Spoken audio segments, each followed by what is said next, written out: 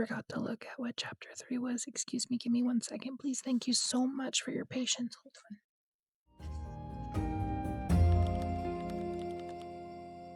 Hello, traveler, and welcome back to the series where I fully recreate my cookbook, the CopperSpoon Chronicles, by hand to get back in touch with my artistic and creative side. Today, we are moving on to chapter 3.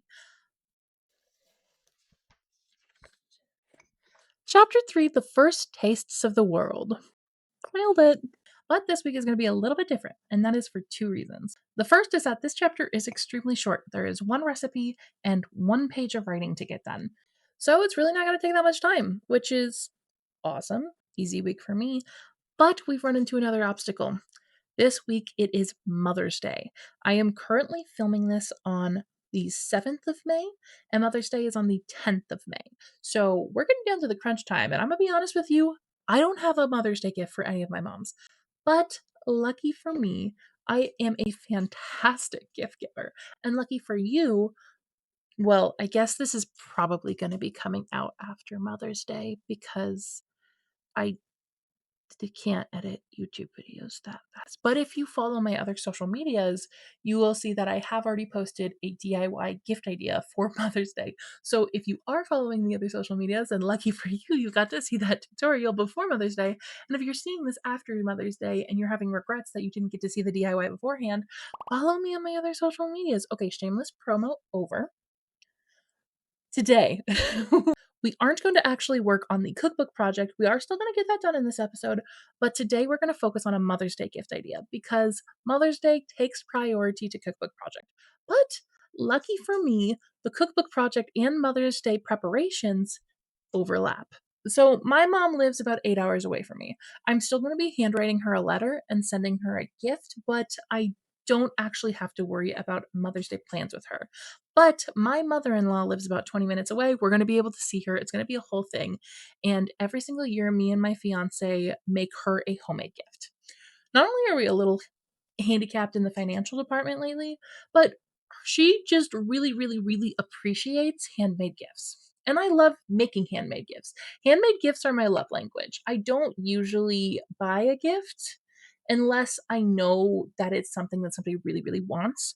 I like making things by hand much more than I like buying something, just because I feel like I can put more love and more like homey energy into it, if that makes any sense. That being said, we're getting down to the wire.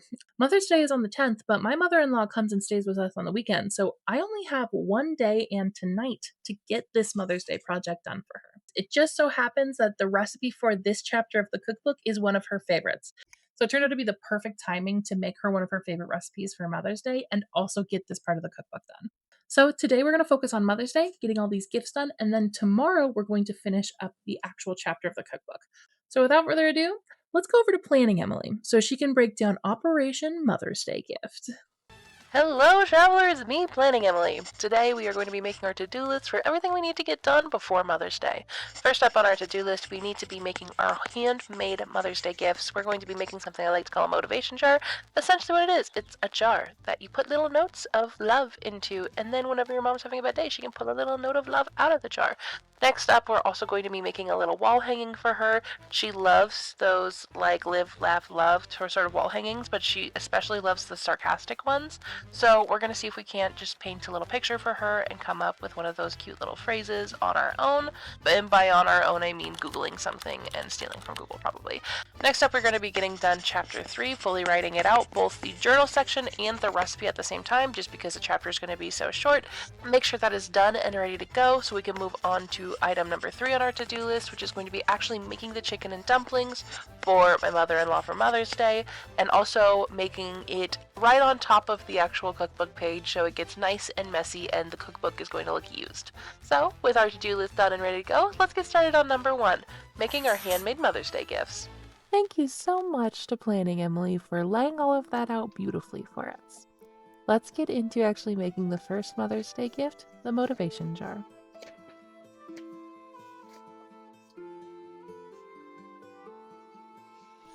This is the point in the video where I tell you to do as I say and not as I do, because nobody in their right mind should be cutting paper out of a journal with a kitchen knife like this. I sacrifice in the name of aesthetics and beauty and the video looking good. But realistically, this is very dangerous. I have known somebody who cut off the tip of their finger because they were using a kitchen knife to cut paper before. So please, please, please, when you're crafting, just use the right tool for the job and don't do what I do, because it honestly, it wasn't easy, and it didn't look as good as if I had just used scissors. So just trust me on this. Just don't listen to what I'm doing. Listen to what I'm saying. Okay, that my PSA is over. Thank you. Fun fact: this method also did not work well. So at this point, I was basically doing a test run of the very first paper heart that I was going to fold, just to see how easy it was going to be to fold or how difficult it was going to be to fold them. Spoiler alert, it's really easy to fold paper hearts. And then I just kind of also wanted to get a size reference to see how big they were going to be and how big we should actually make the notes, so that we could fit everything on it that we wanted to, but they would also fit inside of the jar. So this paper heart ended up being a little bit too big for the jar, but we ended up creating some smaller squares of paper, and that ended up being the perfect fit for our motivation jar.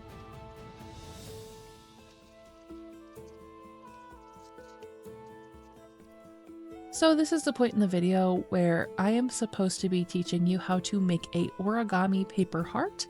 I promise you this is super simple, but I have recorded this voiceover like 3 times, and it turns out explaining how origami works is more difficult than it seems. So I'm going to do my best attempt, but if this is at all confusing to you, maybe try just Googling it like I did. Step 1 to this is you need a square piece of paper. We are going to take one corner and fold it over to the next corner, so we create one large triangle.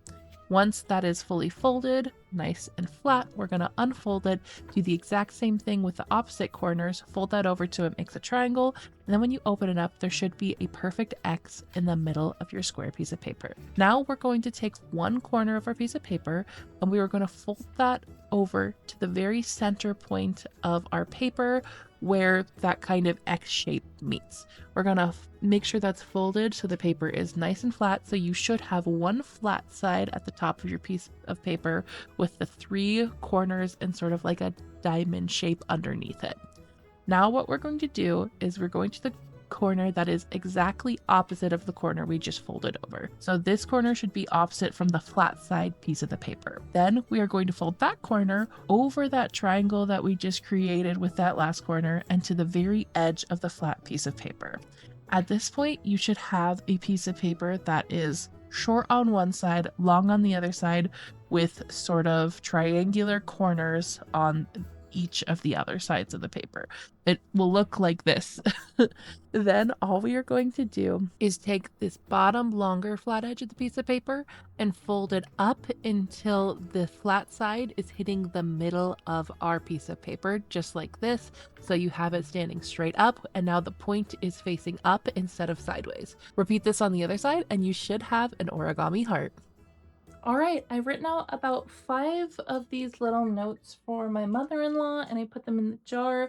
I've also been cutting out a lot of these squares and folding a lot of these hearts, so they're kind of like pre-folded and ready to go. When my fiance gets home, him and I will probably sit down and write a bunch of these together, so it's not just notes from me in here, it's notes from both of us. And then later I'll write out a letter for my mom and my grandma, but for now, I think I am going to move on to doing the painting that I'm going to do for my mother-in-law.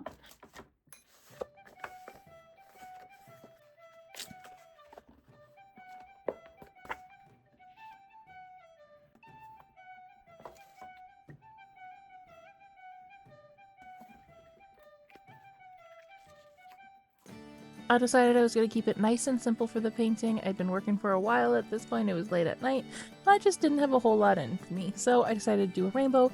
I didn't even use all of the colors here, I just used red, yellow, blue, blended everything together so you got that nice gradient, had a little cloud at the end, and called that a day for the actual artwork itself.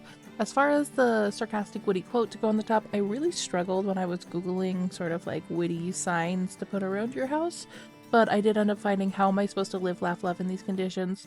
Just went ahead and went with that. It's not my best work in the world, but she loved it. She thought it was really funny, and that's all that really matters. So you really don't have to put your artwork in a picture frame. We just happen to have one lying around, so I decided it would look nice. The last time we were giving a gift to somebody using a picture frame, they had a buy one get two free special, and we just got the 2 free ones because they're a great thing to have lying around the house in case you want to give somebody a gift like this. It just takes a piece of artwork like on a random piece of paper and it turns it into like a gift that is actionable. You can actively put it up on your wall now, use it without having to do anything extra to get it done. And it was a really cheap picture frame, so it was the perfect thing to just have lying around the house, but it's not necessary to be able to make artwork for somebody. With all of that finished, we can officially check off make handmade gifts from our to-do list and move on to our second item on the docket, write out chapter 3.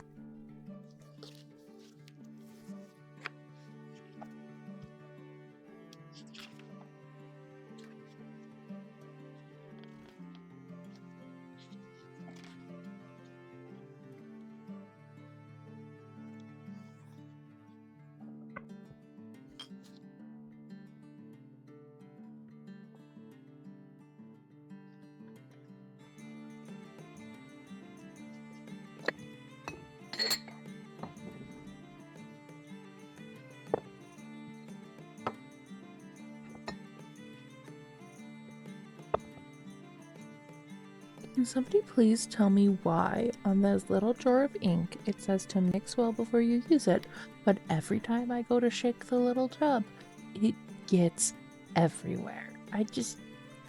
Please watch and enjoy as I get absolutely covered in calligraphy ink.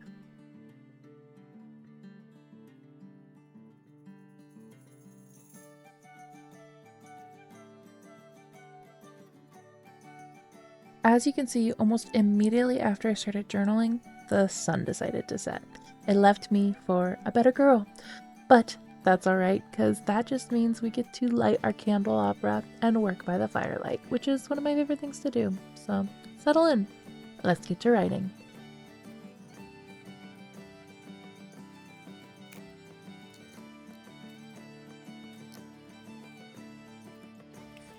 In this particular section of the cookbook, Cob CopperSpoon has actually set out on her journey. She's left home and she's made it a couple hours away from home where she has set up camp, and she is basically spending the night out in the middle of the woods by herself, which is an extremely scary thing to do.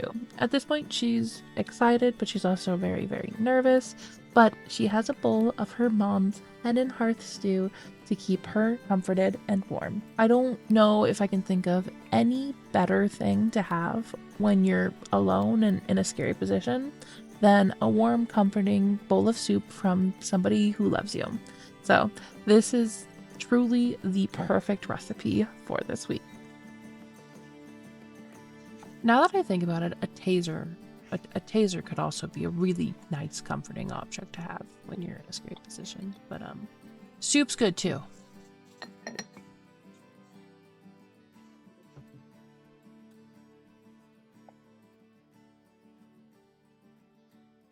Chapter 3 has officially been written out, so all we have left to do on our to-do list is actually make the chicken and dumplings.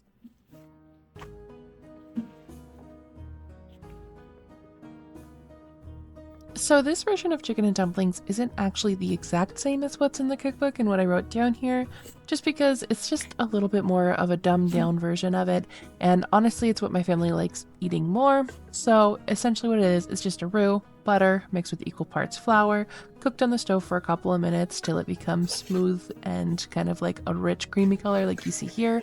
Added in a bunch of shredded chicken that I cooked the night before, some chicken broth, a little bit of milk, let that kind of simmer till it was nice and hot and bubbling. Then I added in our dumpling mix, which is just a basic biscuit dough that I just kind of plop in. It's a super, super, super simple recipe.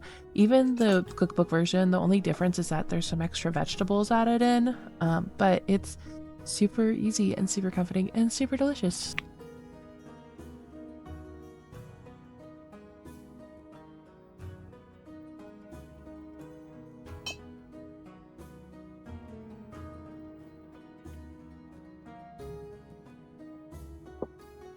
Right about now, you might be thinking to yourself, "Oh my god, what is she doing to that butter? That's criminal what she's doing." And look, I could have taken the 30 seconds it would have took to cut the butter into cubes before I started smushing it into the flour, but I didn't feel like it.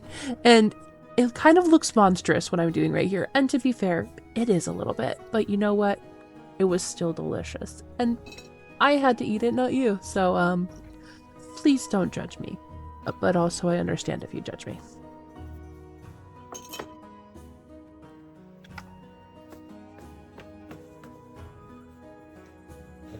It was at this point in time that I realized that I might have flown a little bit too close to the sun when I was trying to get the cookbook messy.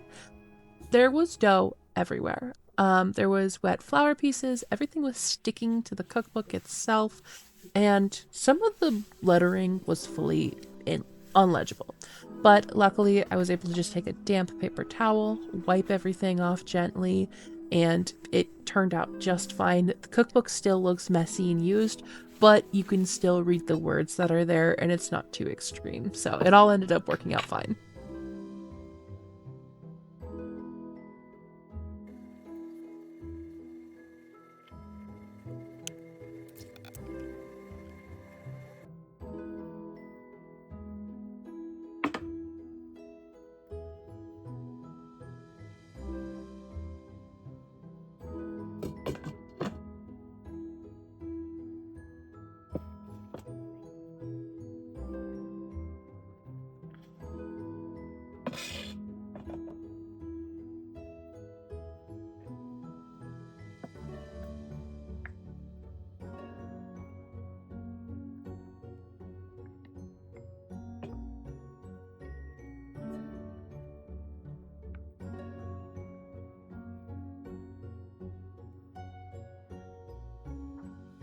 With the chicken and dumplings done, our to-do list is completed, and Mother's Day is a success.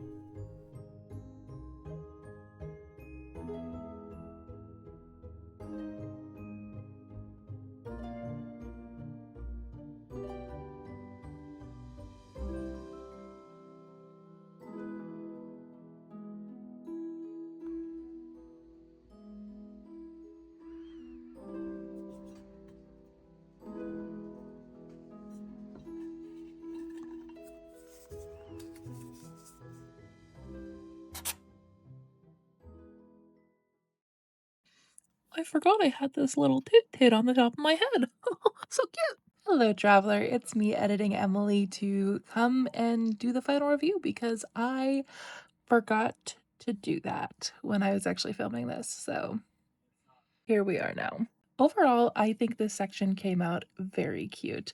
It's extremely exciting because this perfectly fit on the last pages of the first booklet that we're going to be using to put together the whole entire cookbook, which was one, just extremely satisfying to have it end on the very last page, but two, it's so exciting seeing the first booklet that's going to be the entire book eventually fully done, actually written out, pages written, art done, journal entries in there. It makes me feel like there's been progress made, and I am very happy with the progress. I think it looks stunning.